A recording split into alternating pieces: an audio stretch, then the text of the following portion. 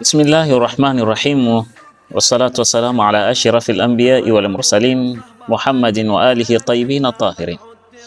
Ama ndugu zangu Waislamu, leo katika nukta yetu hii fupi tena katika maneno ya Ali bin Abi Talib, tumechukua maneno yake katika Nahjul Balagha, ambayo maneno haya tunakusudia kuweza kuyaeleza katika lugha yetu ya Kiswahili ili tuweze kupata faida katika maneno haya kwa dakika hizi chache au sekunde hizi chache.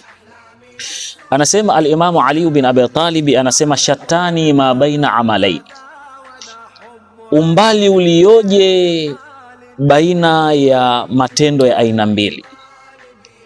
Amalun tadhhabu ladhatuhu wa tabqa tabi'atuhu, amali ambayo ladha yake ni yenye kuondoka lakini tabu zake ni zenye kubaki. Wa amalun tadhhabu mu'natuhu wa yabqa ajru,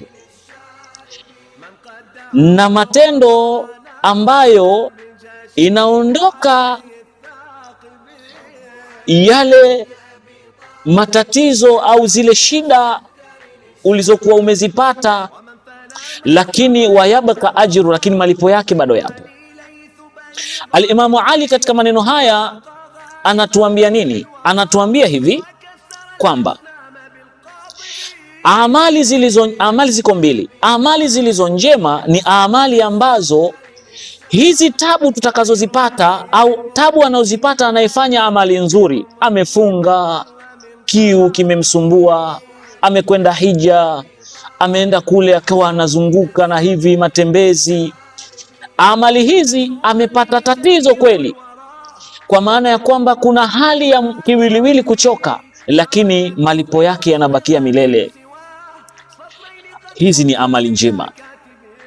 Na kuna amali ambazo mtu anakwenda kwenye maasi machafu, anasikia ladha, anaona raha, lakini matokeo na madhara ya makosa haya yatabakia na yeye milele akiwa anaadhibiwa na Mwenyezi Mungu Subhanahu wa Ta'ala. Kwa hiyo al-Imamu Ali anatuambia nini kwa kifupi? Anasema ya kwamba jamani, kuna tofauti kubwa baina ya matendo mazuri na matendo mabaya. Matendo mabaya siku zote mwanadamu anaona anapata ladha wakati anatekeleza, lakini athari zake na adhabu atakayoipata itadumu milele. Lakini matendo mazuri wakati mtu anayatekeleza anahisi kuna ugumu, lakini malipo yake atayapata na yakiwa yanampa ladha zaidi katika maisha yao.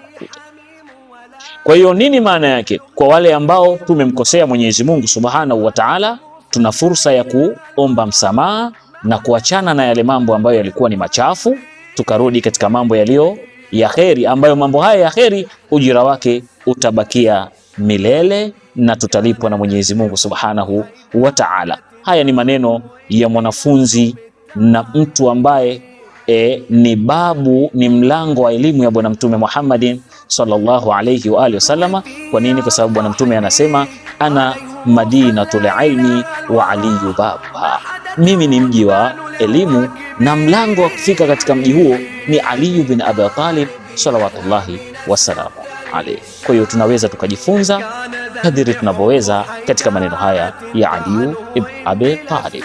Assalamu alaykum wa rahmatullahi wa barakatuh.